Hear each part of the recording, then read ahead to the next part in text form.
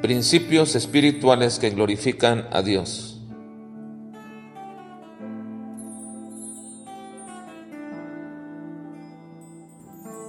Principio espiritual número 210.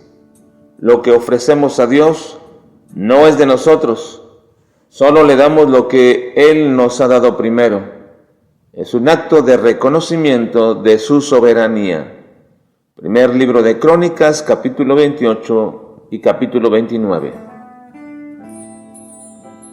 La cuestión de las ofrendas dentro de una iglesia ha llegado a ser un problema en muchos aspectos dentro de algunas congregaciones. Muchas de las veces se ha denunciado que existe una manipulación para hacer que las personas ofrenden dentro de las iglesias. El mal uso de los recursos ha convertido a muchos supuestos líderes de iglesias en unos verdaderos vividores del Evangelio. Por supuesto que la Escritura habla perfectamente de los propósitos de la ofrenda que se entrega. En el Antiguo Testamento la ofrenda tenía la connotación precisamente como algo fuera de la obligación que Dios había impuesto al pueblo con el diezmo. Para empezar, muchas de las ofrendas eran dadas en especie con el propósito de perdonar los pecados. Así que estas ofrendas podían ser desde ciertos cereales, aves y animales más grandes como una oveja o un macho cabrío. Pero todas estas ofrendas eran sacrificadas para mantener la expectativa del verdadero sacrificio por el pecado que vendría posteriormente con nuestro Señor Jesucristo. Pero los demás tipos de ofrendas, como los diezmos, eran utilizados para la manutención de los sacerdotes y de las necesidades para la funcionalidad del templo. Pero hubo en varias ocasiones ofrendas especiales que se dieron que tenían que ver con la construcción primero del tabernáculo, en el cual Moisés fue el encargado, y en aquella ocasión Moisés tuvo que parar al pueblo para decirles que era demasiada la ofrenda y que ya no llevaran más. La ofrenda que se menciona en el Nuevo Testamento se hace en relación con dos cosas que no podemos pasar desapercibidas. Primero, que aunque no se hace la mención del diezmo en este periodo inicial de la iglesia, que abarcaría hasta el primer siglo aproximadamente, con la escritura del Apocalipsis, el diezmo seguía siendo necesario con los mismos propósitos que tenía para el Antiguo Testamento. Y entendemos que así era, porque en varias ocasiones el apóstol Pablo defiende el derecho de un siervo de Dios para recibir de parte de la iglesia lo suficiente para su manutención. Esta no es una inferencia, está claramente especificada como una práctica que debía ser regulada de acuerdo a la función de dichos siervos.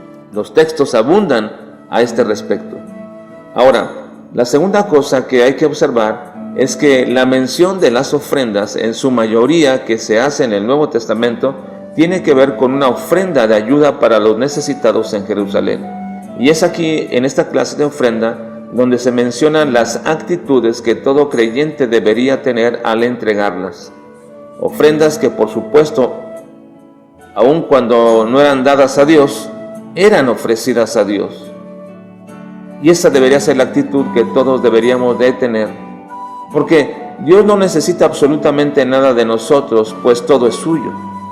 Pero siempre nuestra actitud, cualquiera que sea nuestra ofrenda que demos para cualquier propósito, se debe hacer bajo la actitud de que se está ofreciendo primeramente a Dios.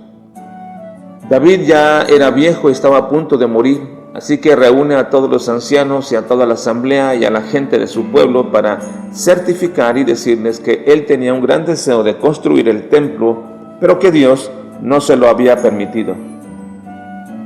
Pero le había dado una gran bendición de tener a un hijo, a alguien que reinaría también en su lugar.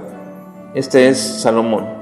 Así que David le dice a Salomón que tiene todo preparado para construir el templo y le entregará los planos de lo que debe de hacer, los lugares, pero también le dice que tiene mucho del material que se utilizará para esta obra: oro, plata, madera.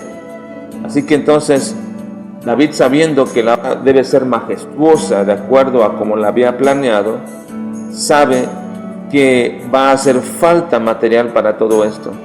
Entonces David le dice a su pueblo y a los principales de las tribus que él de todo su corazón ha entregado y guardado todo esto para construir el templo. Así que le pide que cada uno de ellos puedan ofrecer una ofrenda para este propósito. Pero les dice que hay 3 actitudes que ellos deben de tener cuando ofrezcan esta ofrenda. Primero, debe ser voluntaria. Les dice, ¿y quién quiere hoy hacer ofrenda voluntaria a Jehová? Y entonces cada jefe de familia dice que ofrecieron voluntariamente. La segunda actitud que dice David es que debería tener esta ofrenda que ellos están haciendo, que la hagan con rectitud. Porque David dice que él así lo hizo para el Señor, es decir, un corazón no triste, no enojado ni obligado. Pues esa ha sido la actitud que David ha hecho para la construcción del templo. Y en tercer lugar dice que la ofrenda que ellos entregarán es en reconocimiento de la grandeza, el poder y la soberanía de Dios, pues todas las cosas le pertenecen a Él, y lo que ellos simplemente hacen es darle de lo que ellos han recibido de su mano. Y así debe ser cada ofrenda que también nosotros entregamos a Dios. Dice David así: las riquezas y la gloria proceden de ti, y tú dominas sobre todo. En tu mano está la fuerza y el poder, y en tu mano el hacer grande y dar poder a todos. Ahora pues, Dios nuestro, nosotros alabamos y loamos tu glorioso nombre, porque ¿quién soy yo y quién es mi pueblo para que pudiésemos ofrecer voluntariamente cosas semejantes? Pues todo es tuyo, y de lo recibido de tu mano te damos.